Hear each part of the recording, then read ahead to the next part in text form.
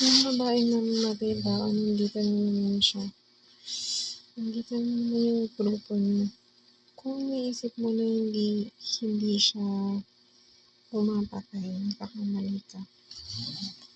Nagpaawa siya sa mga tao.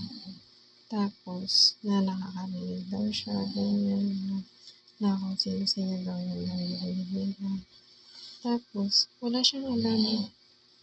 Kunwari, wala siyang alam. Pero nung narinig niya ako, sa akin siya laging nakikinig. Tapos, ayaw niya akong pakawalan. Sabi niya, hindi niya ako gusto gumawa ng kung ano-ano. Ayaw niya akong magtrabaho, ayaw niya akong kumilos-kilos, ayaw niya akong gumawa ng kahit ano. Pero, ayaw niya akong pakawalan. Pero ngayon, gusto niya na akong itsulibes. Kasi, kilala niya ako. Hindi ako papayag sa ginagawa ng babaeng to. Na alam mo yun, ako yung nagturo sa'yo ng kung ano-ano.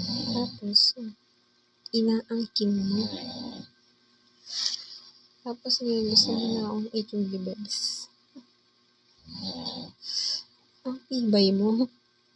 Sobrang tanda mo na, tapos may kaedad ako na ganyan din.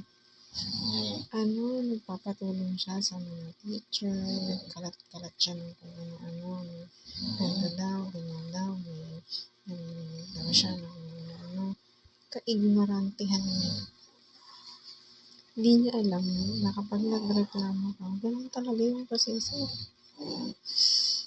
Pero hindi niya sinabi kung ano pa yung malala. Ang problema sa babaeng to, sobrang entitled nung nalaman niya na gano'n yung proseso.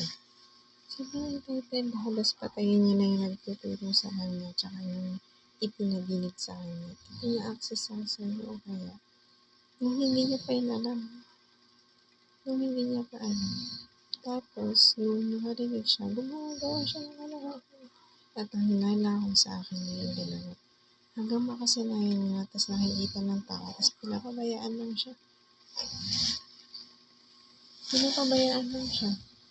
Hanggang sa malaming makadiscover. Tapos, ayaw mga ilan. Yung iba, sobrang nag-take advantage. Tapos, mananakit siya. Nasaktan niya ako dahil record daw. Kasi gagamitin daw siya.